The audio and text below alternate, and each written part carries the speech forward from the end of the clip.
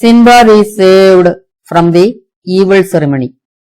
On a voyage that was with a view to trading in some foreign countries, the ship in which Sindbad was travelling wrecked at some place in the middle of the sea. All the crew, except some who were already drowned, got grip on some wooden remains of the ship and spent the night as they were so. When the dawn broke out, they saw an island. All of them rowed to the island against the waves. When they reached the island, to their desperation, they knew that they came to the rocky side of the island, and it was not possible for them to land onto the island, scrambling over the steep cliffs. But they scrambled up a little above the sea, and sat there looking at the scattered human bones around. A little far from them, there was violently flowing a river downwards, but before reaching the sea, it fell into a cave and flowed through it back to the land or so.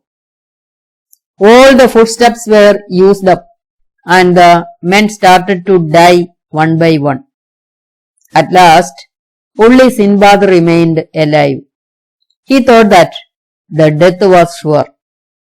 Then, why could I not experiment the last resort? He approached the river and jumped into it. Luckily, the cave ended near a village, and Sindbad got on the bank. The farmers saw him and was welcomed by them. He was taken to the king, and the king, hearing his story, insisted on him to marry a girl from that country and to live there. Sindbad married a girl and lived there happily. There was a custom of burying alive the husband or the wife who was alive at the time of the other's death with the dead body. One day, Sindbad's wife died, and he was taken to a hill with the dead body. They put the dead body into a well, and then, though he protested, he was also put into the well with the help of a rope. Then the mouth of the well was closed.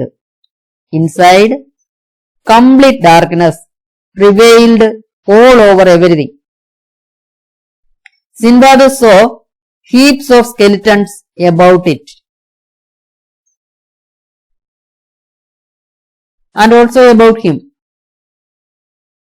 They had allowed a little food with him. Very carefully he used it. He could live for 5 days with that much food. At the end of the 5th day, when Sindbad was sitting in a corner, he heard some noise from a corner. He went to it. Suddenly he heard something running away through some unknown way.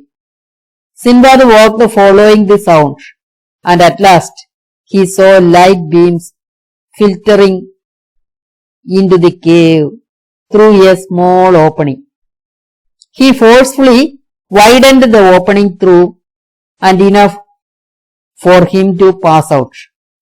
He came out to see a sandy shore laying along before him pleasantly. Sindbad sighed in relaxation and waited on the shore to see a ship passing by. He collected some fruit from the nearest bush and lived on it. The 3rd day of his escape, he saw a ship passing by, and he waved his hands at it. The crew in the ship saw Sindbad and a boat was sent to him. He got on the boat and was board on the ship.